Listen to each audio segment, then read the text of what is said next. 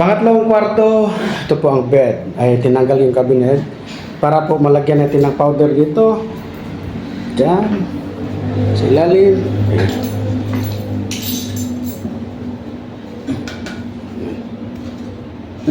Pasirin lang. Oh. Kilid. Itong kilid. Saka doon.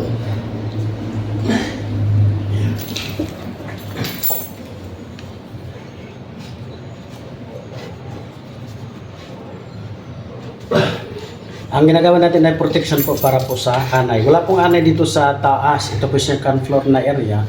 Wala pong anay. So, pinoproteksyonan po natin tulad nito. Ito naman ang dresser.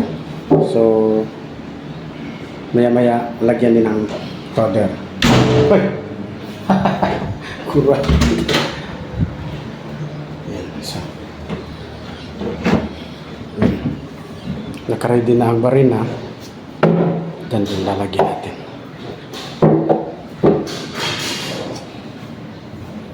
Doon din lagyan natin ng powder.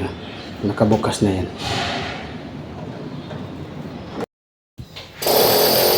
Dito tayo sa guest house. Ito po ang room or stock room. I think ito ang purpose. So, ayan, in-install. Wala pang flooring. Ayan po, nag-drill ang aking kasama. Dahil po ito ay merong flooring. Hindi pa napritan. So, ang purpose binubutasan, butas-butas na yan. Depende po sa distansya kasi po may linya ng ito. Meron pong linya ng kurente. Ayan po ang iniwasan.